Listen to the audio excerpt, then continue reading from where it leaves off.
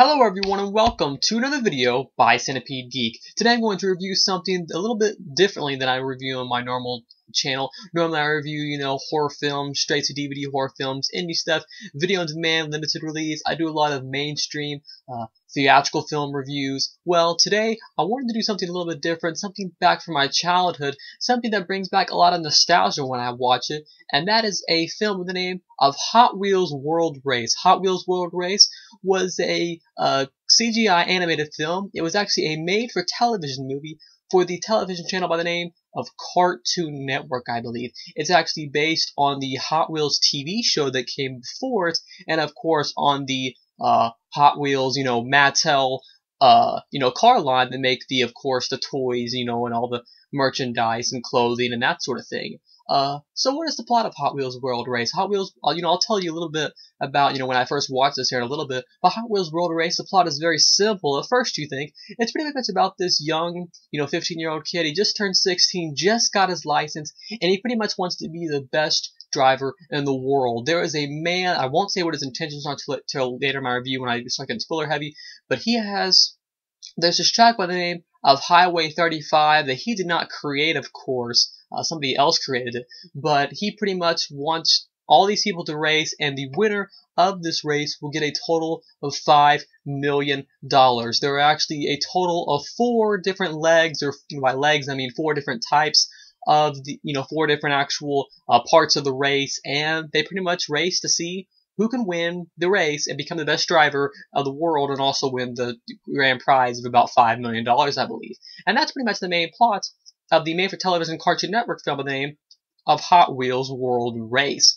Now, to get to my nostalgia thing before I get to my opinions, I actually first watched this when I was I believe about the age of 12 or 13. And the funny thing is, it was actually, when I originally got it, it was actually, in fact, here it is right here before I get to my further on. This is actually VHS tape when I first got it. It was actually released in a Happy Meal McDonald's meal. We all know, Happy Meals, right? Well, that's actually what they first got. They would actually randomly put these in the Happy Meals. They had 4 VHS tapes, and thank God I got one. Thank God I got the first one. The first one was actually called Ring of Fire Episode 1, because there are 4 different episodes. I'm not for sure what they're all called, but there's Ring of Fire. The second track has like a jungle and like cliffs and water, so something like that. The third track is like an Egyptian pyramid sort of thing.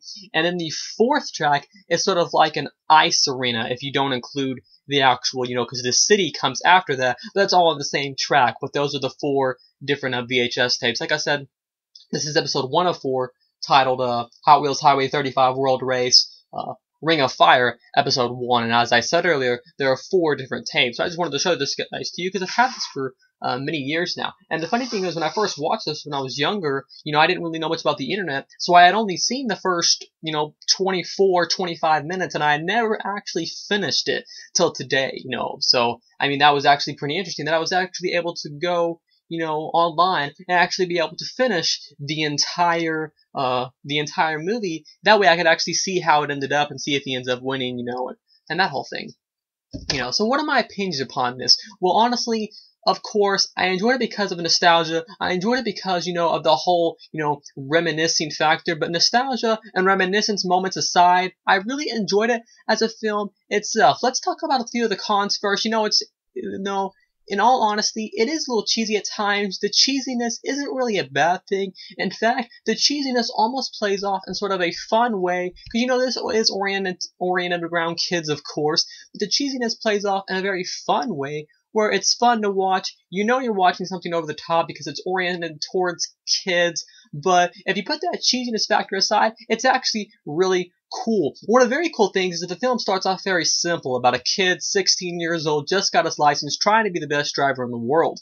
And the cool thing is, it gets a lot more complex, where it actually starts to introduce villains, major spoilers coming up. The cool thing is, it also has some sentimental moments where these villains, that were once villains, actually start to become good. There's a villain that has a brother. Towards the end of the film, he actually decides to help out his brother and becomes sort of a good guy. So it has those, sentimental moments in it. There's also another character in there. And not only does it develop on the main character, but it also develops on other characters. So for being a kid CGI film, I actually really enjoyed it.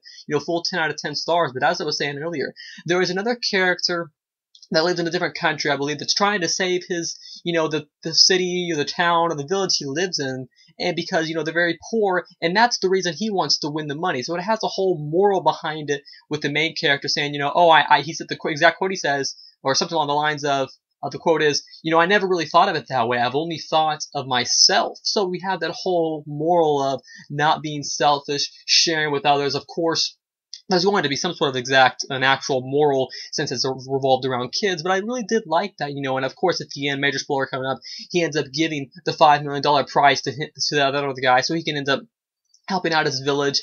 And then I love the ending, how him and his father have sort of a moment, because, they're working along at the beginning, and they get along at the end. So it has some nice, sentimentality to it.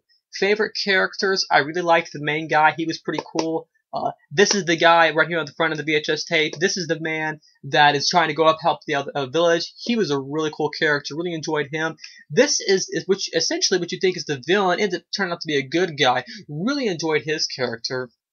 And then we have some comical relief guys. Like him, part of the Dirt Beast or something like that. And then this guy you think is kind of like a bad guy, but he's really not. He's kind of like your preppy good boy, the kind of 70s, leather jacket, slick back hair kind of character. He ends up being really cool. They end up actually towards the end, it actually gets really cool working as a team in order to get the even cooler concept and premise and overall setting of the film is the power of wheel concept. And that's actually what our main character wants, by the way. He's not actually on here. But the one who actually, I thought he was a bad guy, the one that wears sunglasses, the one that has actually brought all the racers together. He wants this wheel of power, what power of wheel? I believe it's the wheel of power. He wants this wheel of power in order to gain clean energy. That way the entire world can use it. So he actually wants a good thing. We actually end up finding out that he is a spy, which is an even cooler concept, in order to get the wheel of power for somebody else. That girl robot was actually essentially our villain. And then the main guy just wanted to help out the universe. So it has a nice kind of, I guess you could say, eco-friendly kind of message to it. Overall, I really enjoyed it. It has a nice concept to it. And overall, I really can't say anything about it. It has nice characters in it. I will say at times CGI animation does look a little iffy. It's not a bad thing because it is all the way back from the year 2002, I believe. So, it's all, roughly 11, almost 12 years old now. So, being in 2014, be about 12 years old, but 11 years now.